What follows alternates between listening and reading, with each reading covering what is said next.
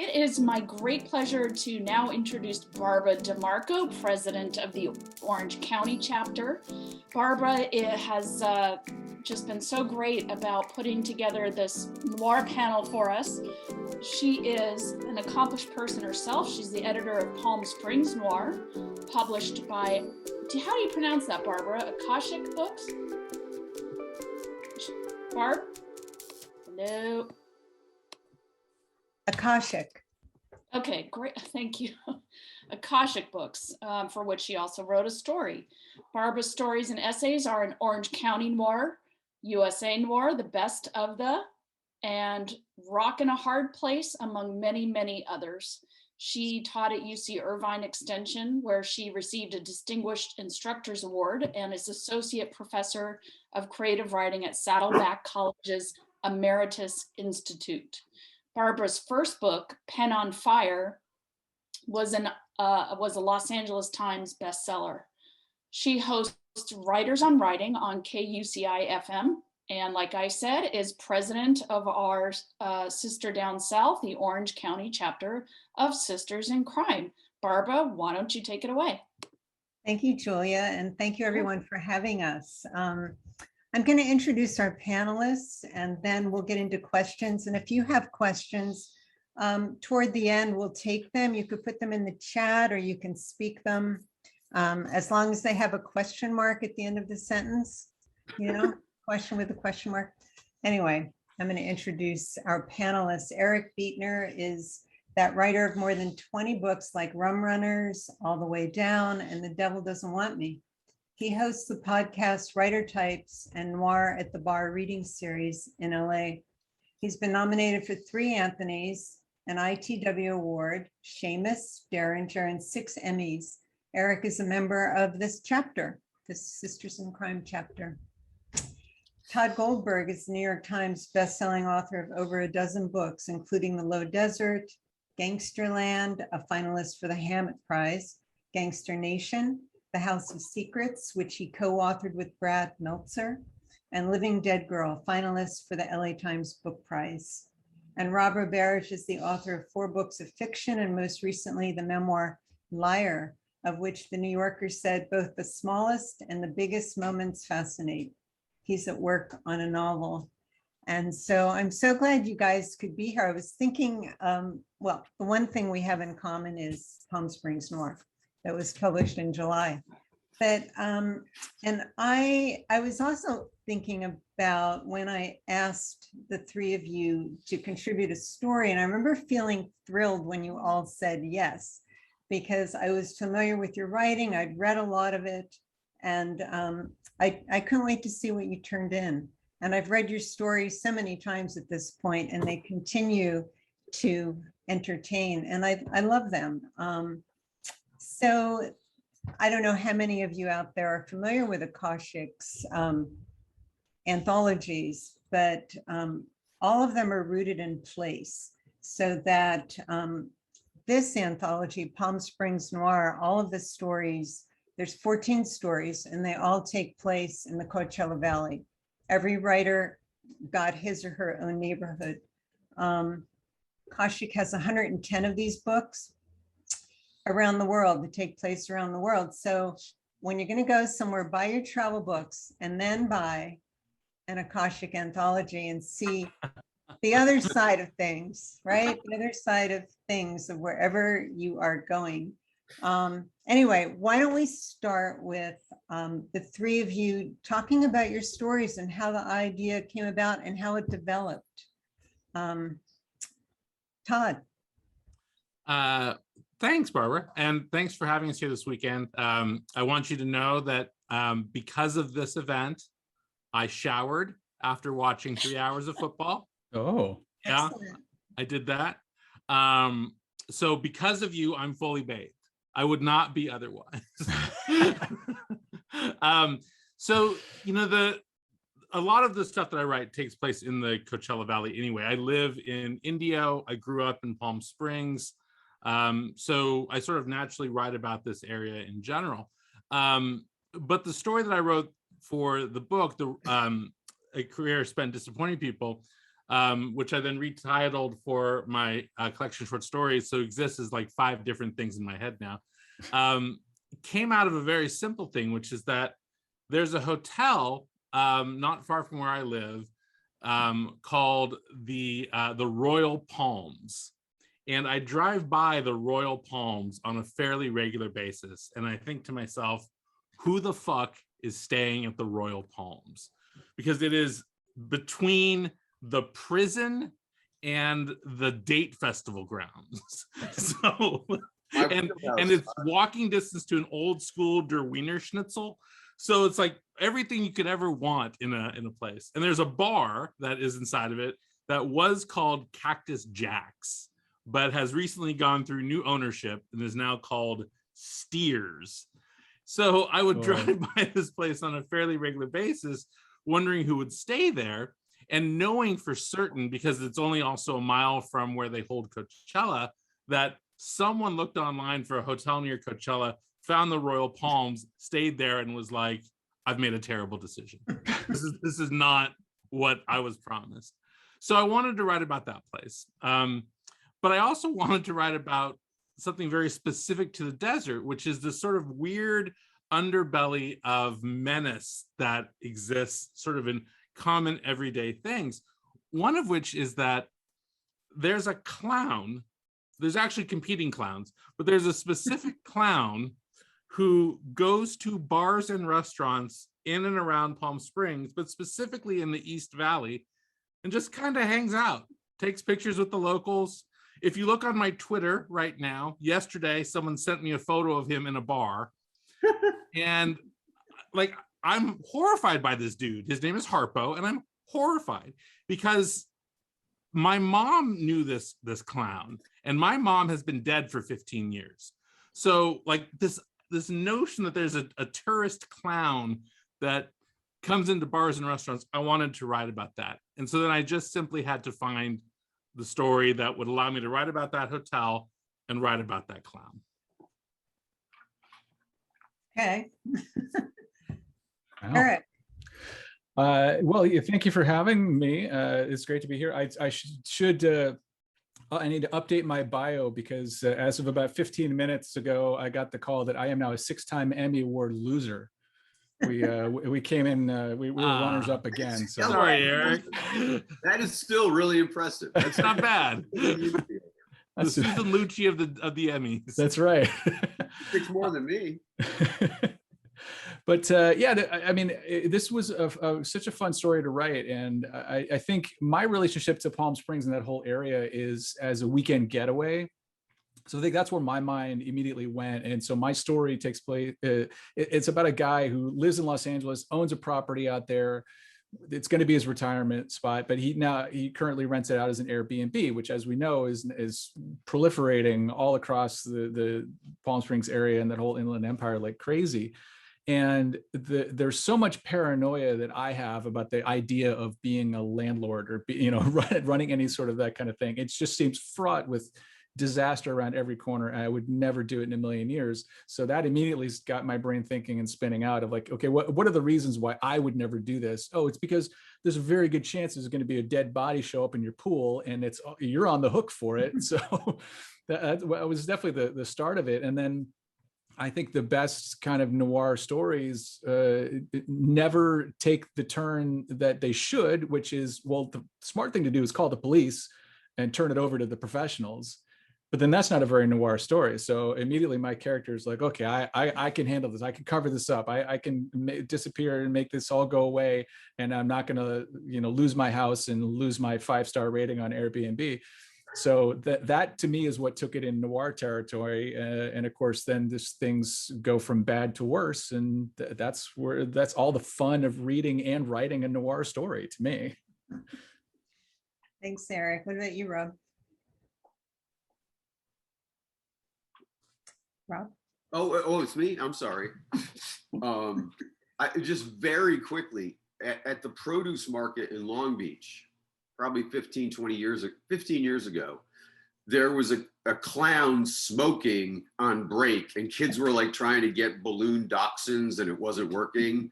And there was a LaRouche libertarian table, and they got into an argument about whether or not government should be large or small, and they literally beat the shit out of each other, children surrounding them.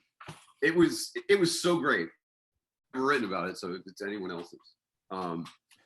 Also, I was a landlord, had someone overdose in a bedroom. See? Don't be a landlord. Exactly. This is Roberge should not be your landlord. And they stole the copper wire. Yeah, it's weird. And thank you so much to Sisters in Crime for having me. It's the first time I've been back in 16 years since a thriller. And it's great. And thank you, Barbara, for everything that you put together with this. It's a huge amount of labor, I know. It's really hard to. My story came out of what's going to be the novel after I finished. I'm just about to finish this long, big novel that I've been working on for 5 years, and I got obsessed with the CIA's MK Ultra project and the mind control experiments. And I mean, they're just really fascinating how many avenues and angles of this there were, and the incredible, destruction of unwitting civilians by our own government. It's just great stuff. I mean, if you're a writer, like a box of shit is material. Everyone being happy at Thanksgiving is, that's great. It's not a story. But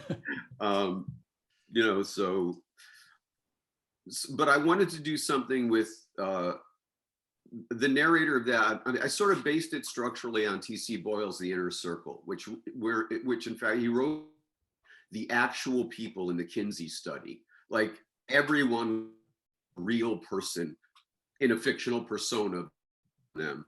And this novel is, the narrator is the insider of the Alan Dulles and Sidney Gottlieb and everyone who did the program, and the risk that would be involved with trying to get away from that. So I was just obsessed with reading about it for my next book. And that narrator isn't going to be the narrator of the novel, but I wanted to get it down before, I forgot it while I was working on this book.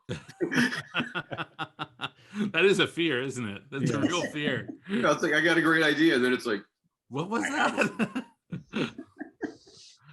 Well, I don't know how many people here know what noir is, because people express confusion to me about what it is. So what does it mean to you? What is noir to each of you? Because you all write in different genres, from memoir to thriller to literary fiction. And does it ever work its way into other works, inadvertently maybe?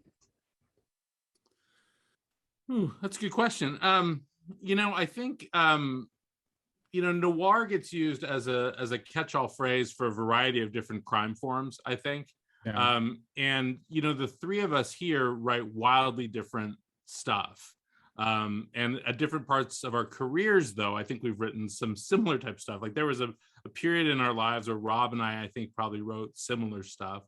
And there's a period of our lives where Eric and I probably wrote similar stuff. And where Eric and Rob wrote similar stuff, and Eric and Rob were both in bands, and so they obviously are, have music noir in their veins. They have the Johnny Cash and cowpunk in their background, which is so I think the one thing that ties the catch-all phrase of noir together is invariably bad people involved with worse people doing terrible things. Like that's the easiest way to look at it. There's not a lot of heroes in noir. I don't ever really write good guys. Even my good guys are pretty flawed. And so I also think of noir sort of in the way the Dashiell Hammett talked about it. And specifically about Sam Spade, which is, there's a great scene in The Maltese Falcon towards the end where the femme fatale, who all of a sudden her name has escaped my mind, she asked Sam Spade to let her go. And Sam Spade says that's like asking a dog to chase a rabbit and let it go. You know, sometimes it happens, but it's not the nature of the animal. Yeah. And that to me is noir, and that's the noir that I try to write. Yeah, I think that there's also the other kind that I traffic more in, which is not necessarily even bad people doing terrible things, but ordinary people. Yeah.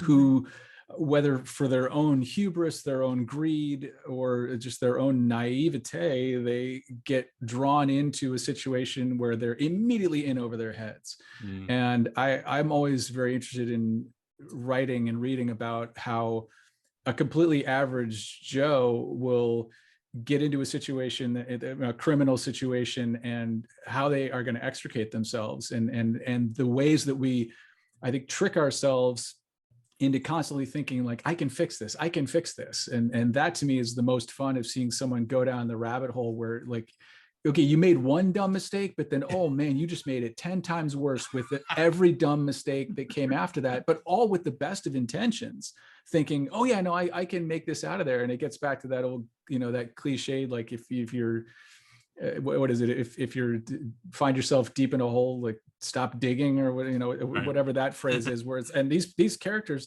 they just keep digging and think they're going to make their way out. And it's like, no, now you found yourself 6 feet under, and guess what happens there? Mm. Were you gonna say something, Barbara, or am I supposed No, to? go ahead. Yeah, I'm curious. It's strange because I do think, literary fiction is a genre. We talk about genre fiction. Literary fiction has its genre conventions, and, and there are so many types of literature under that umbrella of literary fiction, which is I think, a genre. I think crime, thriller, mystery has so many subgenres and variations on the basic theme of how it works that I think for me, there's just so many. For what I do, which I don't always consider noir, I just usually have, people dying and being fit and violent, and like Eric said, just taking the bad road. Yeah. And there are people who are like used to taking the bad road. Like if you're in a switching yard, this is like a true thing. If you're in a switching yard in a train station and they flip the switch open, which means the train can go either way, the train will always go on the most oiled, clean side and never go on the rusty side. And to me, my characters are always going to the path of least resistance, which is always trouble because they're not strong enough to go the other way, or they've already done all that, and it's my plots, I think, deal more with the repercussions of actions than the discovery of actions for me. So for my kind of noir, not that it's mine, I like an urgency of first person, which seems to me to be a commonality among all crime books. Very rarely are they in third person. I mean, Dorothy Sayers in A Lonely Place is brilliant, and that's in third. Thompson does third, but any Goldberg. of the detective things, what? Goldberg does third. Very well. But to me, it's about an urgency and voice, whether it is third or first. There's a story that for some reason at that point needs to be told because it's reached a point where the story is essentially over, like Double Indemnity. A past tense narrative is done before it starts. So I kind of like that. Yeah. What about the beginning? Or it needs to be dark. Yes. That's my big Or it needs to be dark. That's the answer. Yes, Rob. there you go. You've boiled it down. I forgot the one thing I thought. One thing, it's got to be really dark. So what about beginnings? Like all of the beginnings of your stories are very strong. I think all the beginnings of all the stories in the book are strong. Was that the beginning? Were they the original beginnings of your stories? And what changed as you went back to this story? Like, what was your revision process like? And was it pretty much like your first draft, just better? I wish. I mean, like, Go ahead, sometimes Rob. characters fall out or situations take a turn during the revision process. And I'm curious about yours. Who's? Yours. Anyway, I'll go for I'll jump in just because I'm super boring and I'll be quick. Is that I hate revisions so much that I try to plot and plan and get the first draft as right as I can. So there was honestly nothing major changed at all before I handed it to you, and then even the notes I got from you I don't think changed anything radically. So with beginnings, I think especially in a short story, and to me, my favorite ways to start a novel also is like I don't want to waste much time. So I think you're right. I think with all of the stories in this collection, by the time you're finished with page 1, you've already got the hook set. You already know sort of what road you're headed down. Because in a short story, you don't need to waste any time laying the groundwork for anything. You want to pick it up in motion. I think that's the most effective way to do it. Yeah. And I think yours begins with a line of dialogue, right? I tend to do that a lot. Yeah, I find it's an interesting and it's a way to get in that it starts you with a little bit of a mystery because you have this line that might be leading and it might be like, okay, this line could change very, very much depending on who is speaking it. And then you find out in the next line or the next paragraph who's saying that line. But it's a way to draw the reader in right in the very first line because they're immediately having to use their imagination of, it's a woman saying that, it's a man saying that, it's a child saying that or whatever. And then they find out later, oh, okay, no, it's that guy. And so they're already starting to put together the puzzle right from the first line of dialogue. And I think it's a good way to engage a reader right away. Did you say you outline? I outline, I definitely outline novels. For short stories, I don't necessarily outline. I'll have, a couple of lines and sort of, I want to know where I'm going. But yeah, I didn't do a very detailed outline for this one, but I had sketches of knowing kind of where I wanted to head. And did you end up there? Yeah, I think so. I think it was very much like what was in my head when I started on that very first line. And a lot of that is just sort of capturing the mood and wanting to be very traditionally noir. If it's going to go into one of these Akashic collections, I was like, okay, it's going to be unequivocal. If someone says, "What's a noir story?" you want to be able to hand them a copy of my story and say, "It's like this." Right. Yeah. Good. I'll go. So, for the story that I wrote for the book, I had been wanting to write a short story about a main character who sings karaoke and who sings the song Brick by Ben Folds 5 at karaoke. And if you don't know the song Brick by Ben Folds 5, it's a song about abortion. And so I've been trying to write a short story about a guy who sings Brick by Ben Folds 5 at karaoke bars for about 20 years. And I could never figure out how to write that story. And in fact, I even tweeted like in 2017, I've been trying to write this story for 20 years. I don't have a story for it. And then, Barbara, when you came to me for this and I was like, oh, I'm going to set this at the Royal Palms where I know they have karaoke, I was like, wait a minute. This is a spot for the most offensive possible narrator I've ever written in my entire life. A guy who sings Brick by Ben Folds 5 at karaoke. So, how to get to that guy and how to get to that point in the story first requires that the reader, even though he's going to be sort of a scumbag, likes him and empathizes with him. And so the easiest trick to do that for me over the course of the many years I've been writing, books and stories and stuff, is to immediately start off with a person in a place with a problem, because you begin to empathize with that person immediately if you feel like you are beside them. You don't need to be imagining that you are them, but you can imagine that you are beside them. And so I immediately put this guy in a car with a bullet hole in his foot, and I have the car break down on the highway. well, that's a big fucking problem for this dude. And then all of a sudden, if I'm writing it well, you are compelled by how this guy's going to get out of this situation. You want to know why he has a hole in his foot. You want to know what he's running from. And so sort of setting up a number of questions that go unanswered in the opening page of the short story is it's a trick. You know, it's a classic trick, but it's a trick. But it's the easiest way for me as a writer also just to be able to dive right into the story, because what I'll do is I will write a ton of fucking exposition.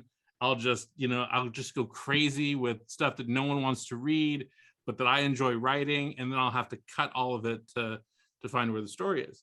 And so the final version of the story, the only real change that came about was that I had this mean editor at Akashic Press named Barbara, who was like, you need to lose like 1,500 words. I thought it was more like 3,000. And I think we ended up bartering down to like, I think I can lose 500 words. It was like name that tune, where someone would say, I can name that tune in 7 bars. And they would say, I can name that tune in 5 bars. And I was like, if I lose 1,500 words, there's not going to be a story here. And so I cut down the number of jokes about Neil Diamond and Rick Springfield to a bare minimum, and managed to get the story down to the length that it needed to be. But no, beyond that, though, the story is pretty much exactly as it was the day that I wrote it, or not the day, but the 6 weeks that I wrote it. Did you put it aside? Is that how you work? I mean, will you do a draft and put it aside for a while and come back to it? What's that like? Only if I'm having a problem with it.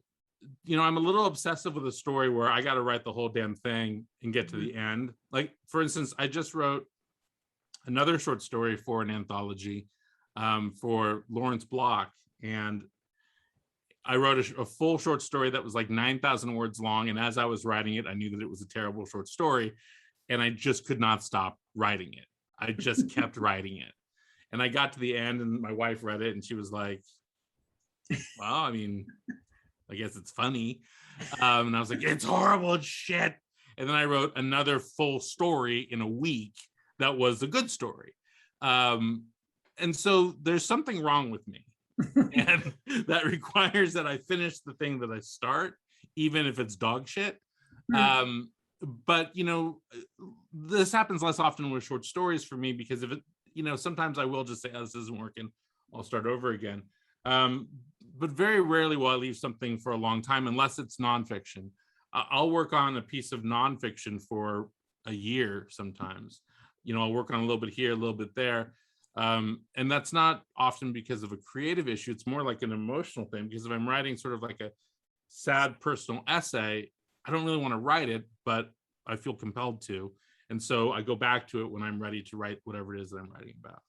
Are you that way with reading too? Do you give up on books if they're bumming you out, or do you have to see it through? No, I will give up a book immediately. I'll give up a book.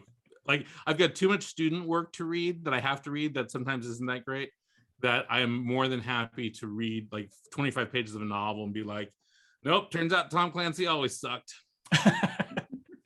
Is this why when we've talked, you've only ever mentioned things that happen in chapters 1 and 2 of my books? Yes, that's correct. Okay. I love that thing where that guy has a problem, that common dude.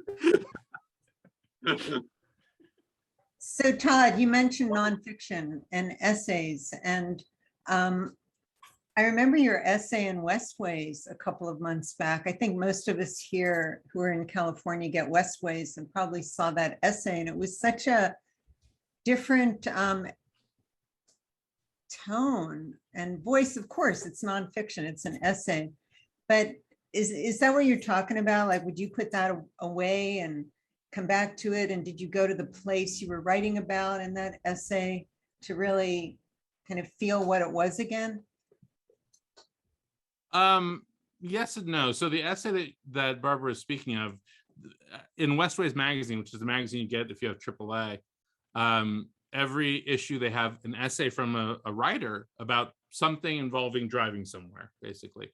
And they get really fantastic people to write these essays. And for the writers in the room, they pay extraordinarily well. And they pay before publication. So submit. Wow. Yeah, Eric was like, Make a note. yeah, Write but it down. the essays are very short. The essays are 600 words long. And my essay was about sort of a thing that I had done somewhat often during the pandemic, which is I would just sort of get in my car and drive to Palm Springs itself. So I live in Indio, which is about 20 minutes from Palm Springs. But if you live in the Coachella Valley, you don't really spend a lot of time in other cities. You know, just like anywhere else, you live in sort of that 1 square mile around your house, or you go to where the sushi place is. And they have shit sushi in Palm Springs, the good sushi's in Palm Desert.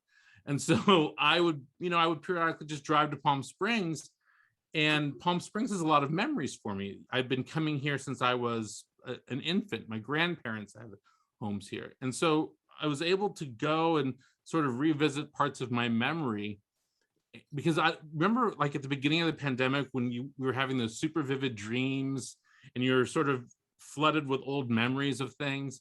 And so I was driving out there and sort of seeing things. And I went to where my mother had lived, and she had lived on a golf course, and the golf course had been abandoned, and nature had retaken the golf course. And I was just sort of like, what a bizarre thing this is. And so I wrote about that moment. And so before writing the piece, I went back and looked at it again because I wanted to see those things again. And so it's sort of a sad ruminative essay about time and memory and loss. But it's also really an essay about how we write and about how I write, which is I often find myself exploring the minutia of a small moment of my life and using that emotion in something larger, in a book or an essay or a short story. And that's really what my driving around was doing. It was doing something for a story that I ended up writing in that book, The Low Desert, which is a story called The Low Desert, which is about this area itself and about memory and trauma. So yeah, you know, when you had asked before, like, does noir come into your other work? In a way it does, because I think a lot of my characters that I write about are possessed by the mistakes they've made in the past, or mistakes that were made around them in their past. And that's a lot about what that essay in the AAA magazine was about. Thank you. Coming back around to the writing thing, I have no clue what I'm going to write. I like it to be an exploration. I don't know my characters, and until they start dictating the action, I'm not really writing a story. I'm just pre-writing a story, waiting for them to come alive. And I dig revision a lot. I love creative problem solving. I like revision in novels better because you have structure to deal with on a bigger scale and things like that. But yeah, I generally have no plan at all. This one I had an ending image to get to, which is not, actually it is common, but I don't have it when I start. Like, I've gotten the ending to every one of my novels driving. I have a 405 ending, a 10 ending, and like a 22 ending. And all of those came when I was halfway through the book, and they were not changed much at all. So it's about halfway through, I figure out what the book's about, and then I start it over. And but the story just came. It was really cool, but I thought I wrote it too quickly to be any good. And I was talking to a friend, and I said, I wrote it and I'm not gonna, it's embarrassing. It was ludicrously short for me. It was like, no, it was a day and a half with the next day editing. But the thing is, I said, it can't be good. I wrote it in 3 days. I've had stories that have gone from 3 pages to 55 to 22 to 17, and I don't remember which story got published because I wrote like 40 versions of it. But so it was like, I thought I can't be any good because I wrote it in 3 days, and all the other ones they take longer. And my friend said, you didn't write it in 3 days, you wrote it in 30 years. There's something about the background that allows us sometimes to be antenna for a really great song, Yeah. But it's like, I wouldn't live thinking it's going to happen. It's like, meteorites come through and crush your bathroom, but you shouldn't base your life around it. Ah! Well, you have a large bathroom. Think about how much better prepared we'd be for the last year and a half of our lives. All the toilet paper we would have already had. We'll talk about setting because, obviously the setting had to be the Coachella Valley, a place in the Coachella Valley, a specific place. Except So me. you're there, Wonder Valley's there. No, it's in San Bernardino. Yeah. You're kidding. Well, let's not talk about that. I'm sorry. It's in the Coachella Valley metropolitan area. Right, There you right, go. that's what I meant. Valley So, adjacent. how much did the Palm Springs setting or Coachella Valley setting influence the story? Could it have been anywhere? I mean, people ask this about fiction all the time. Could it be set anywhere? But could your stories have been set anywhere? No, Rob? I don't think any story can be set anywhere else. If it can be, the writer failed. Yeah. I think Toni Morrison is one of the greatest geniuses we had in the last 40 years. Beloved is astonishing achievement. But she wrote a book called Jazz, which takes place in a city. And it's clearly New York City. And it's really just really annoying, much like the Jeanette Winterson novel where she had a character without gender. Mhm. Of course, it was a character with gender because no man says, I'm going to put my one piece on to go to the beach. But, so there was some gear slippage here and there. But, I lost my point. I'm sorry. I thought I had a very... You made it. I did? Yeah. Okay. So it could not have been set anywhere. It had to be in Wonder Valley. If I in said some that, remote place. if I set that even in another desert, it's different. Yeah. Wonder Valley has, just a different crop of people. Why people go out there before now it's become the new Brooklyn kind of thing 20 years ago. We got these Joshua Tree artists coming out and messing up the whole thing. Writers. Drilling wells, wearing skinny jeans. No, but it's really, the laws don't apply in the same way. And there's that old joke on Seinfeld, which is clearly a Larry David line, where someone does something of an asshole nature and George says, we're trying to have a society here. And Wonder Valley is full of people who were like, I'm not. They got him. There are neighbors. Faded for a second.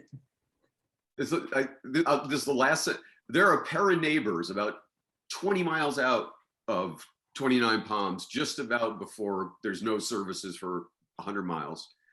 And one has a Trump flag and an American flag and a don't tread on me flag. It's like, okay, we get it. But the neighbor has a literal freak and an LGBTQ plus flag. And it's like, what they have in common is they don't want to live near people. Right. So they picked great neighbors, but seriously, they don't want to be, and it's an interesting person. And that's not the same as the Lands or, the Anza Borrego. It's just Right. different. Right. Yeah, I sort of ascribe to the notion that setting begets character, begets plot. So out of a place comes a person, out of a person comes a story. And you are influenced by the place where you are. This is the second Akashic anthology. Oh, The first was Las Vegas Noir. And then I wrote this one for this. I was supposed to write one actually for Orange County Noir also. But then something happened. I don't remember. Oh, I ended up putting that story in a book first and got yelled at. Anyway, but I think place dictates the way people react to certain things. The appearance of a clown in a bar in Palm Springs, people are like, oh, that's Harpo. I mean, I put the link down in the chat so you guys can see that freak show, right? But people are just like, oh, that's Harpo. yeah, he comes into the bar. But if you take that clown and you put him in a bar in Walla Walla, Washington, the response is not going to be the same. They will kill that fucking clown. And I'm not saying that that's the wrong move. But I, having lived in this desert for the majority of my life, what I can also tell you is that it's a peculiar kind of menace that exists in this kind of resort city. It's a different kind of menace in a beach city that's a resort town, or a ski village town, or a place on the East Coast that people go, the Poughkeepsie or something. It's a different kind of thing. The undercurrent of menace, the undercurrent of criminality that exists in a resort town exists in all resort towns, but it's different in the desert. It's a different kind of person in the desert. And maybe it's just because, as I've said, talking about this book and my other book a lot lately, it's like the desert will kill you. You don't need anyone else here. The desert will kill you. It is 112 degrees here in Palm Springs today. If you go outside and stay outside, you will die. If you're in Wonder Valley, you'll be putting on a roof for meth money. Yeah. So like that in and of itself creates conflict and drama that is existential. And I think that's what makes the stories that all four of us have written for this book different than if they were to take place somewhere else. Well, and there's that aspect that I love about the desert, and I'll be quick because you guys are next and I'll shut up for a while. But Jim Thompson's nephew, I said this in another thing, so I'll be quick, wrote him a letter saying, I want to be a writer. Do you have any tips? And Thompson wrote back, there are 30 stories. I've written them all, but there's only one plot. Things are not as they seem. And to me, the desert is a perfect place for, if you just go through it, it's one thing, but if you look close, things are not as they seem. So it's almost like it inherently matches what I love about narrative. Yeah. Well, I think it's an interesting thing, and it would be an interesting exercise. It's almost like, it sounds like a writing class assignment, but I think with any story, there's a difference between like the completed story as is, featuring the setting, and then the bones of the story. And I think you can take the bones out and move that to a different place. You could take, if I took my story, took the bones out, moved it to New York City, and someone's doing an Airbnb in Williamsburg, the story holds up, but the skin that you hang on that would be totally different. I mean, you look at the four of us, it's like we all have the same bone structure, but we're all clearly very different people. And I think that's what setting does, is the setting is the unique thing. It's the eye color, it's the hair color, it's your height, it's the things that make that story unique. And the minute you change that, the minute you pull the rug out and change the setting, all of a sudden you have to change the way that story looks and everything around it. Even if the bones underneath are the same, then everything on top would invariably change. Yeah. That's good. That's a great point. Yeah, great points. And I've been asked to ask for questions now because we have about 10 minutes left. And does anybody have a question? Do you want to put it in the chat, or would you like to unmute? Show your face. Show your face. You cowards. No, I pinned you guys. They can't. Oh. You could unpin us now so that we see everybody. All right, I'll unpin. Who among you has a question? Somebody must. Yeah, you guys can either wave your hands in the reactions, which are on the lower part of your screen, if you scroll over that, or you can put them in the chat. So, or you could just unmute yourself and start talking. Those are your options. And if nobody does, I have more. Maybe while we're waiting for a question.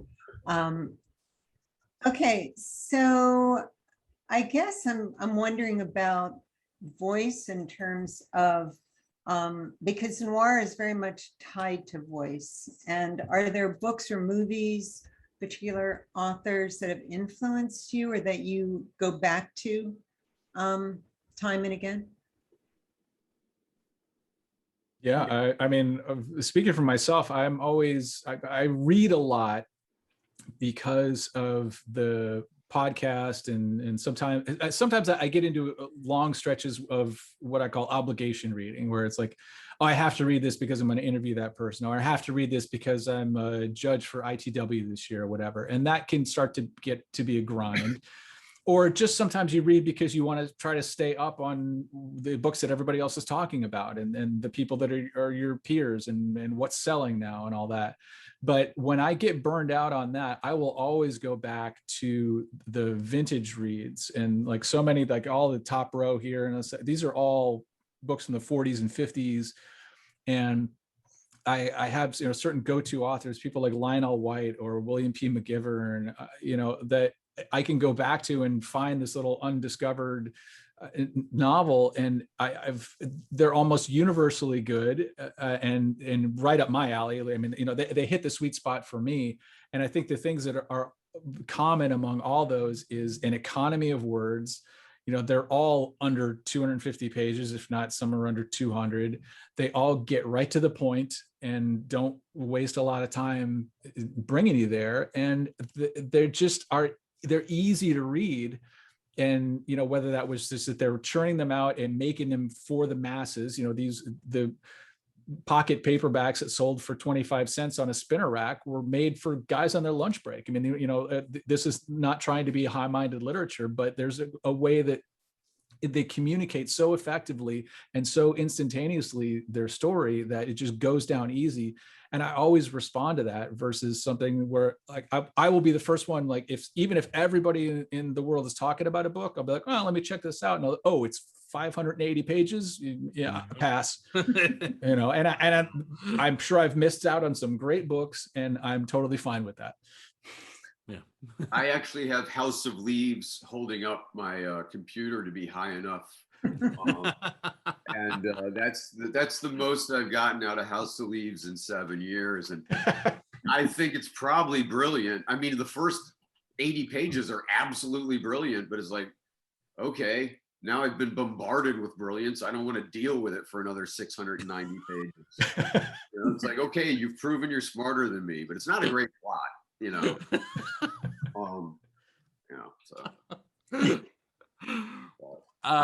Voice to me is everything, and I think to a fault with me, I'm not a great plot writer.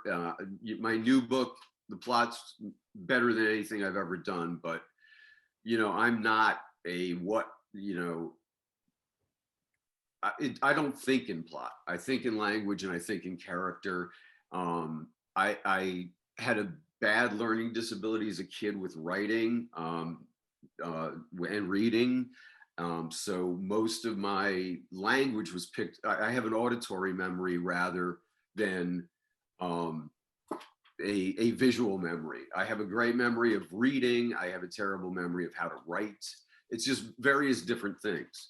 I can't read my own writing because of the reversals and the early dyslexia and things like that. But to me, I'm driven by voice no matter what genre it is. And to me, voice is a genre. I will read Amy Hempel and James M. Cain the same way because they have language that is exciting the hell out of me. And they write sentences I haven't read 1,000 times before. Yeah. Mary Gateskill, Ann Petrie's The Street, which is very much a crime novel, but gets considered an African-American feminist novel from the 1940s, which it is both of those things, about a woman who kills her abusive husband. But it's a crime novel too.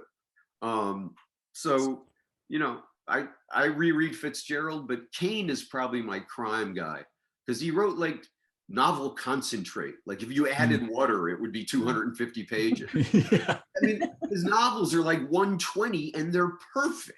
Yeah. And he actually has an essay at the beginning of the collection, Three of a Kind, where he talks about how he was a total failure as a writer, writing in third person until he discovered first person and said, oh, this is what I'm for, Hmm. which is, I think, an interesting, writers find who they are Yeah. if they keep asking. Mhm.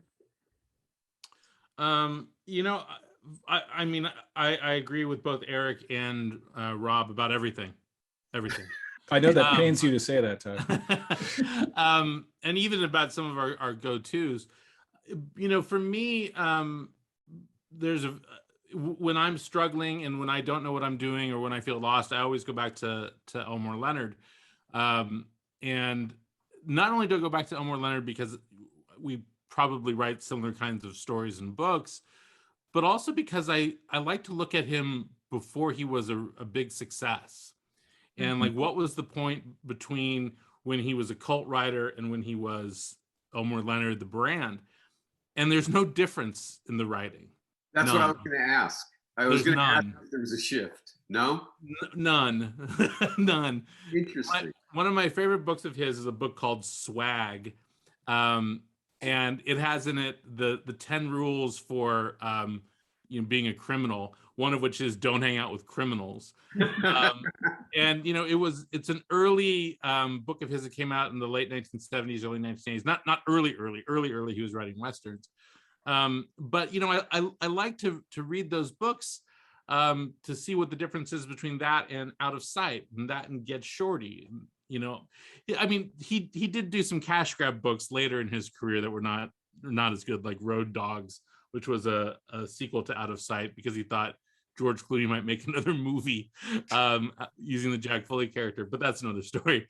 But then even like the Raylan Givens stories that he wrote that then became Justified, So I'm really inspired by the consistency of the quality of his work, even when he became a bestseller. But it's all voice for him. It's always been all voice. And the thing is, it's usually the same voice for him. It's not that much different, male or female, the voice of his work. You're getting Elmore Leonard. But then, I look at someone like Donald Westlake. I like to go back and look at his stuff as well. But then I also look at, friends of mine, sometimes I'll look at Scott Phillips' book, The Ice Harvest, and I'll just think like, how the fuck did he do that? This book is 185 pages long. That is fabulous. And I'm like, not a mistake on there. And Scott and I have the same editor. And I often say to this same editor, like, is there a way that you could get me to turn these 400-page books into 185 pages so Eric Beetner will read them? And he says, no, it's not possible. Okie dokie, we do have a question for the guys, but we are almost out of time. So if we can do this really quickly, we've got a question in the chat. Where is the border between noir and mystery, and where do you think one starts and another begins? Which I don't know if we can do that quickly, but hey, I'm optimistic. I real quick, I was doing an event actually yesterday with my friend and fellow author Kelly Stanley was among the panelists, and she had a great line that I really liked. And she said, "Noir is an attitude," which I totally agree with. And I think that you can have a traditional mystery, and so much of what gets tagged noir is really kind of like hard-boiled PI stuff from the 40s and stuff. Like I don't really consider Raymond Chandler novels anyway to be noir stories. They're hard-boiled stories. He wrote some noir shorts, but I think the difference is, it's that attitude of a character. It's a cynicism that they approach a story with. And then there's a certain sense in a traditional mystery that it's going to work out okay. It might be perilous on the way to get there, but by the end of the last chapter, you go in fairly confident that it's going to work out. And I think in a true noir story, there's a threat of things turning bad on every page from the first to the very last sentence. And often things do go badly in the end. And I think is one of the key differences there is even the threat that things could go bad and it would be totally within the story for things to go bad makes it very noir. Yeah, that's it. Eric has the correct answer. There you go. Eric gets an A. Eric, you have an MFA now from UC. Oh, that's fantastic. I think that's maybe the key thing is that mysteries are a narrative, and this is not a judgment, but it is labels are both, constructive and reductive. So, keep that in mind. But A mystery solved is a narrative of reassurance. Mm-hmm. Noir is not reassuring. No. Yeah. Noir leaves you rocked off your axis if it did its job. It Right. leaves you with a pain in your gut. Whereas a mystery, you might get that pain in your gut on page 190, but it's not there on the last page. Yeah. And I think Eric is right. That's a huge difference between the two. Yeah, I mean, it's noir does not guarantee that chaos gets reordered. Yeah. You know, I think a lot of us read mystery fiction when the world seems filled with tumult because you know that the chaos of that mystery novel will be solved. Mm-hmm. And that's reassuring. And that's why people like to watch Law and Order. And that's why when the world's going to shit, there's all sorts of vigilante movies and books because they're like, oh, a vigilante's going to go in and clean up the city and everything's going to be better for it. Noir doesn't have that guarantee. But it reassures us, and it reassures a certain type of person in a different sort of way. When you get to the end, you go, aha, I knew it. The world is a terrible place. Right. Right. My father called me after my first thriller mystery noir, and my father doesn't read books. He reads Hemming Motor News. And my mother reads cat mysteries. I'm not from a literary house. Yeah. And he calls me up and he's like, so I read your book. He hasn't read any since. This is 16 years ago. And I'm like, there's the longest ellipse that we've had since I was arrested, that had a lot of ellipses. But he says, so I read your book, long pause. So what's your point? Life's a bucket of shit? I'm like, that's a little bit noir there. There you go. He said, I don't have a point, but maybe for my people, life is a bucket of shit. All right. Well, Barbara, thank you for taking this on. And Tod, Eric, Rob, good to see you guys. You guys were wonderful fun. Barb, again, thank you so much. I really appreciate it. Thank you, everyone. Thanks for having us. Yeah.